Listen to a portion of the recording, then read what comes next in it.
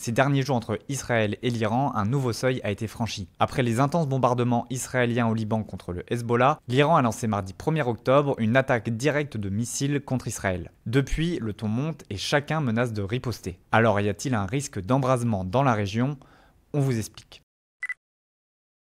Ça, c'était mardi soir. Ce qu'on voit sur ces images, ce sont près de 200 missiles balistiques iraniens en direction d'Israël. Une attaque menée en représailles après la mort des chefs du Hezbollah libanais et du Hamas palestinien tués par l'armée israélienne. La défense antiaérienne d'Israël a intercepté la plus grande partie de ces missiles, mais cette attaque est une étape de plus dans l'escalade du conflit dans la région. Israël, par la voix de son premier ministre Benjamin Netanyahou, a rapidement réagi, déclarant que l'Iran, je cite, avait commis une grave erreur et en paierait le prix.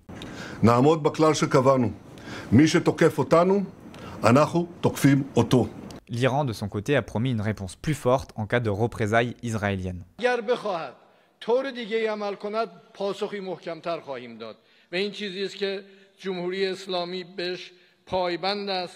Pour mieux comprendre les enjeux, on a donc interrogé Didier Billon, il est spécialiste du Moyen-Orient. Depuis plusieurs mois, je considère que la tactique de Netanyahou, c'est de tenter de régionaliser le conflit. Pourquoi ?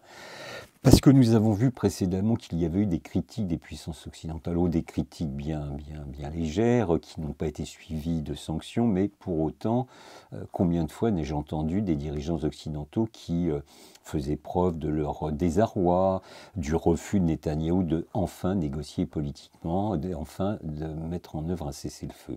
Donc Netanyahou est conscient de ça et que ses soutiens se sont un petit peu effrités. Pour lui, régionaliser le conflit, c'est la meilleure façon de regagner la confiance et le soutien inconditionnel des puissances occidentales. Et puis, complémentairement, non seulement Netanyahou nous explique qu'il veut éradiquer le Hamas, mais il déclare aussi qu'il veut éradiquer le Hezbollah. C'est tout aussi illusoire.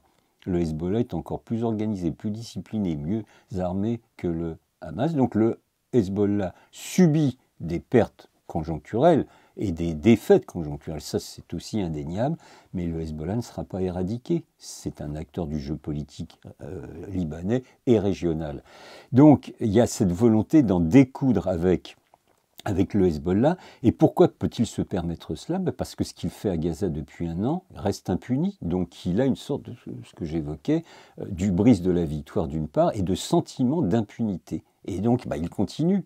Il essaye de profiter de la situation pour pousser ses pions. Et je crains fort que derrière le Hezbollah, en réalité, le gros morceau pour Israël, pour Netanyahou, ce soit l'Iran. La question est donc maintenant de savoir jusqu'où cela peut-il aller. Nous ne sommes pas à l'abri du pire. La situation est d'une volatilité totale, donc difficile de faire des pronostics exacts, mais je pense que ce n'est pas l'intérêt de l'Iran que de s'engager dans une guerre frontale de haute intensité avec Israël, en dépit des tirs de missiles de mardi dernier de la part de la République islamique.